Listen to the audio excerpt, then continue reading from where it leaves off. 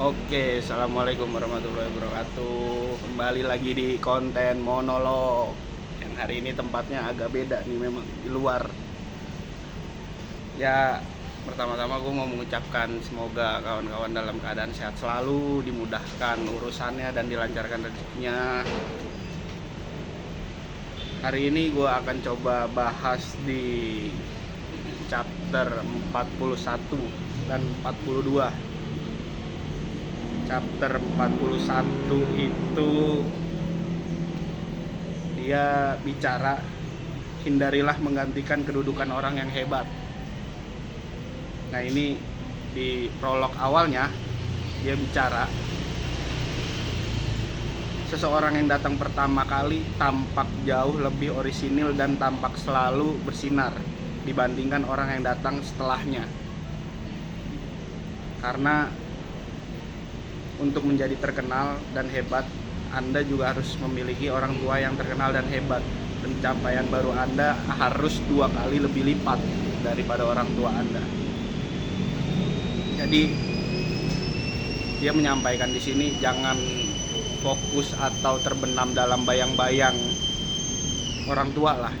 Kalau bisa dia mengajarkan bahwa kita harus berdiri di atas kaki sendiri, bukan berdiri di atas bayang-bayang orang tua. Cuma memang ini cukup agak tricky kalau kita bicarakan berdiri di atas kaki sendiri tanpa background orang tua. Karena memang dia sendiri di sini menjelaskan untuk menjadi seperti itu, Anda harus menetapkan visi yang cukup visioner dan punya halauan yang jelas sebelum Anda melakukan taktik seperti ini. Terus ada beberapa cerita menarik di sini. Cerita menarik. Jadi dia menceritakan keunggulan menjadi yang pertama. Dia jadi bicara seperti burung phoenix. Halnya burung phoenix, dia adalah orang atau makhluk mitologi pertama yang memiliki api atau burung api, sehingga yang kedua setelahnya ya kurang diperhitungkan karena dia adalah satu-satunya burung api pertama. Dalam artian sebetulnya burung kedua ini ketika mau menjadi burung api harus menjadi sesuatu yang pembeda, tidak sama dengan burung phoenix lah, ada keunggulan yang bisa ditonjolkan. Jadi dia bercerita di prolog awalnya ini, mereka yang berada di dalam urutan pertama akan mendapatkan ketenaran karena hak kelahirannya. Dan mereka yang berada di urutan berikutnya seperti anak-anak kedua yang harus puas dengan porsi seadanya. Salomon dengan bijak memilih pasifisme, menyerahkan hal-hal berbau perang kepada ayahnya. Jadi Salomon ini dia cerita seorang anak raja. Karena dia kalau mengambil langkah taktis perang, Salomon nggak punya kuasa atas hal itu, makanya dia menyerahkan ke ayahnya. Dengan mengubah arah, dia merasa lebih mudah untuk menjadi pahlawan. Dan Philip II kita yang agung memerintahkan seluruh dunia dari tatah kebijaksanaannya yang menakjubkan selama berabad-abad. Jika ayahnya yang tak terkalahkan adalah model energi, Philip adalah paradigma kebijaksanaan. Jadi dia cerita bahwa ayahnya ini adalah model energi, sementara di Philipnya ini adalah dia menggambarkan sosok yang memiliki kebijaksanaan. Dia tidak sama lah dan tidak hidup di dalam bayang-bayang ayahnya. Tanpa meninggalkan karya seninya, orang-orang cerdik meninggalkan jalan yang biasa dan mengambil bahkan dalam profesi yang sudah suram. Sering bertambahnya usia, langkah-langkah baru menuju keunggulan. Horace menghasilkan puisi epik yang membedakan dari Virgil, dan Martial puisi liris dari Horace. Terence memilih komedi, Persius memilih satir. Masing-masing berharap menjadi yang pertama dalam genrenya. Kegemaran yang berani tidak pernah takluk pada intimidasi yang mudah. Nah, ini cerita dari Baltasar Gracian dalam bukunya berjudul A Pocket Mirror for Heroes, diterjemahkan oleh Christopher Maurer pada tahun 1996. Jadi dia menceritakan di sini juga ada cerita tentang Raja Louis ke-14. Dia bicara mungkin cara yang paling sederhana untuk melepaskan diri dari bayang-bayang masa lalu adalah dengan meremehkannya, mempermainkan antagonismenya atau antar generasi, menghasut generasi muda melawan generasi tua. Untuk hal ini Anda perlu sosok tertua yang sepadan untuk dipermalukan. Jadi dia bicara tumbal lah. Memang ketika kita mau melawan sosok kaum tua, kita sebagai kaum muda, dia bicara harus punya tumbal lah untuk kaum tua ini. Ya cukup culas dan licik sih memang.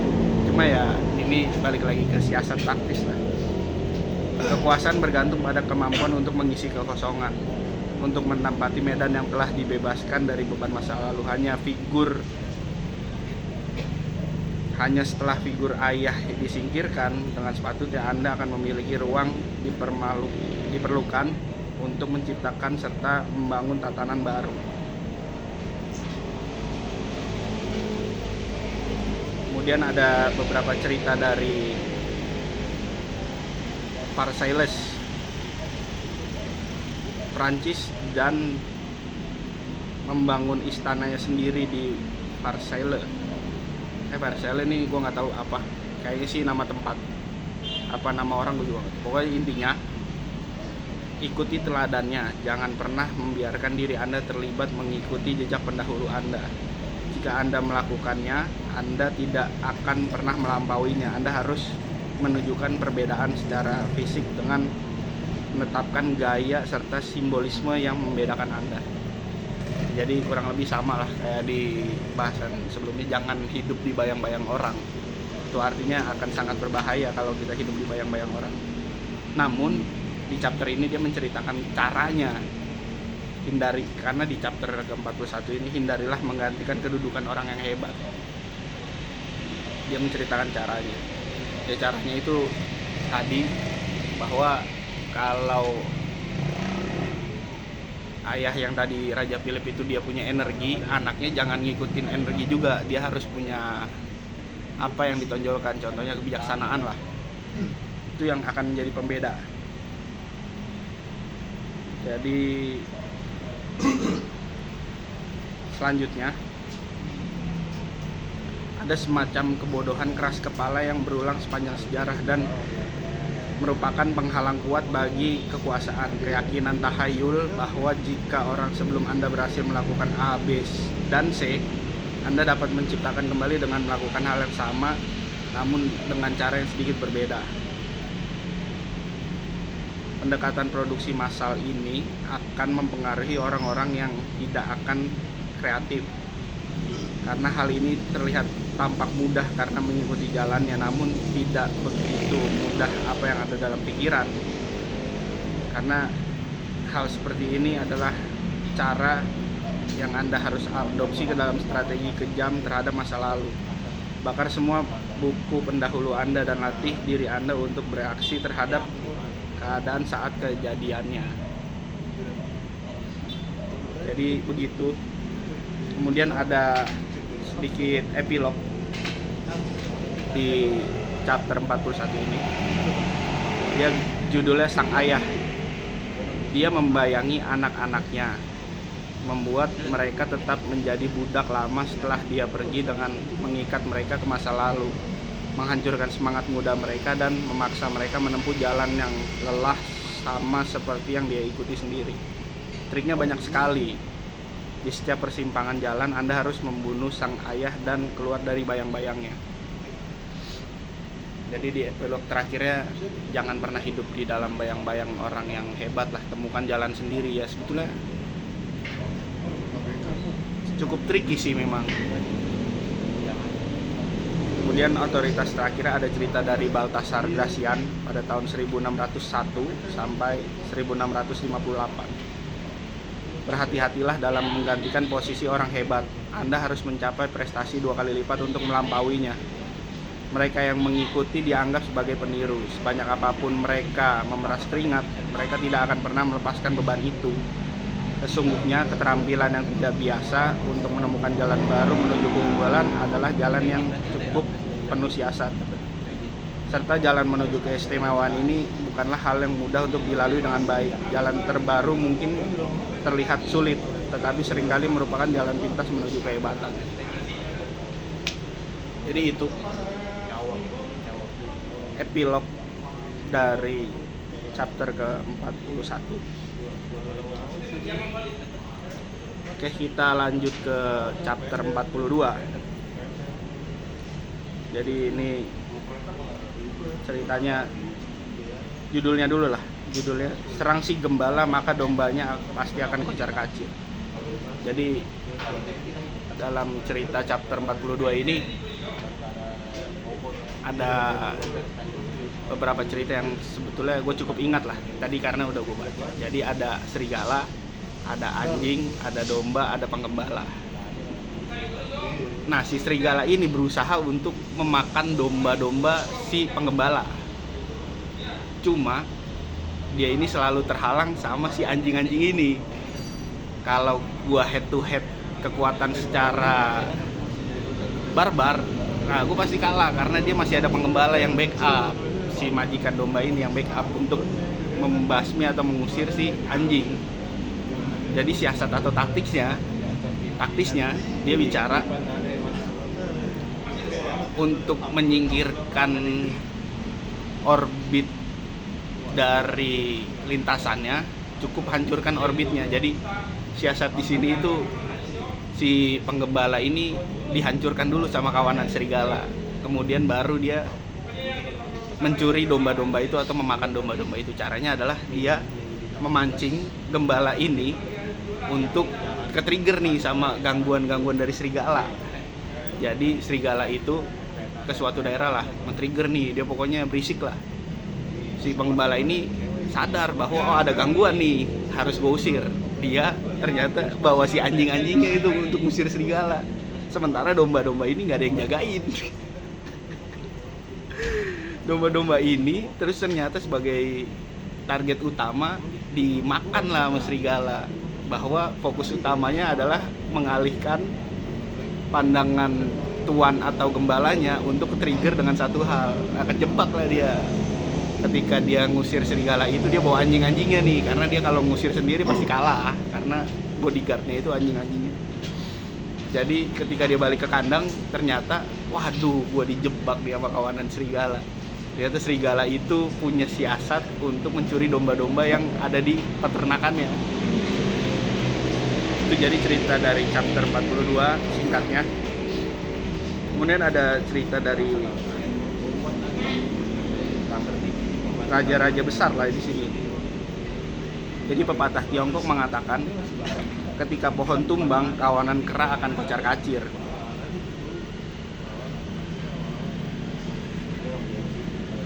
Itu dari pepatah Tiongkok.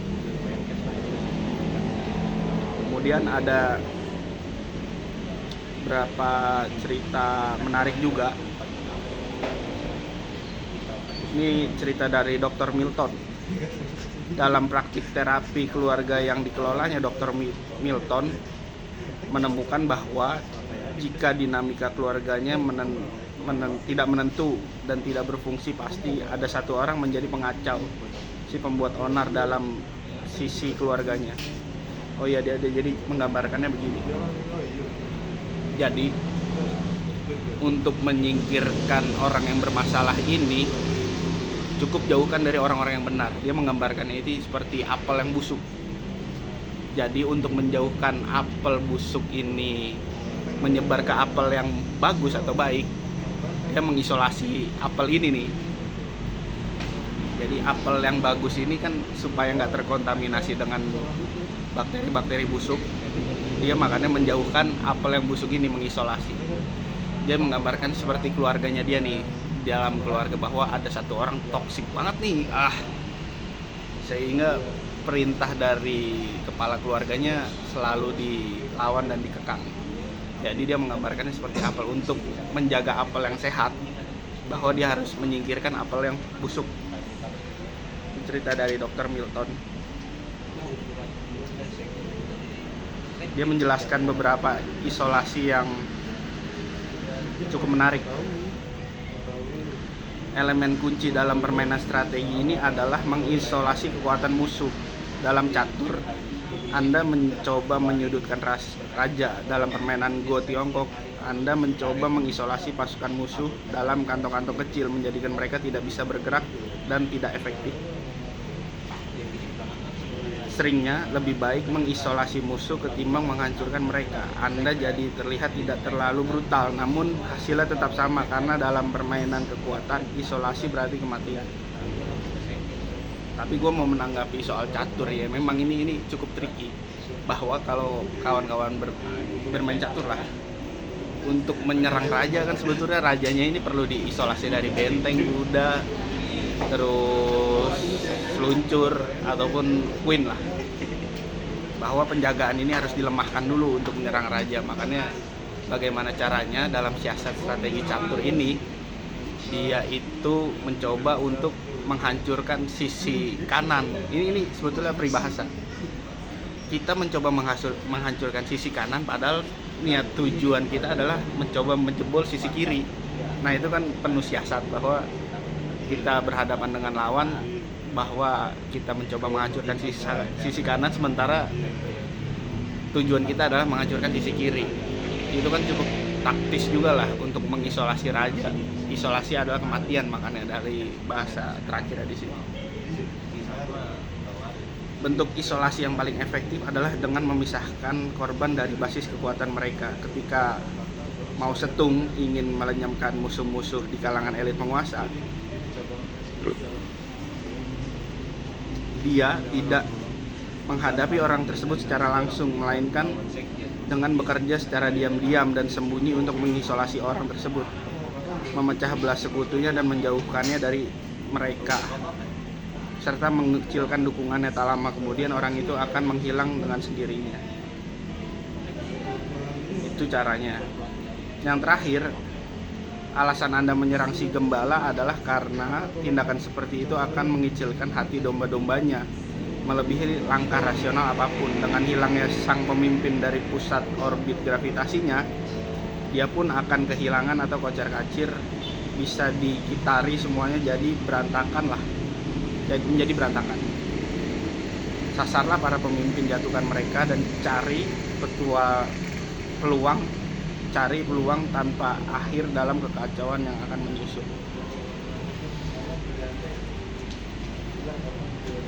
Jadi ada penyair Tiongkok namanya Du Fu, dinasti Tang abad ke-8. Jika Anda menarik busur, tariklah busur yang paling kuat. Jika Anda menggunakan anak panah, gunakanlah yang paling panjang. Untuk menembak punggungnya, tembak terlebih dahulu kudanya, atau lumpuhkan kudanya terlebih dahulu.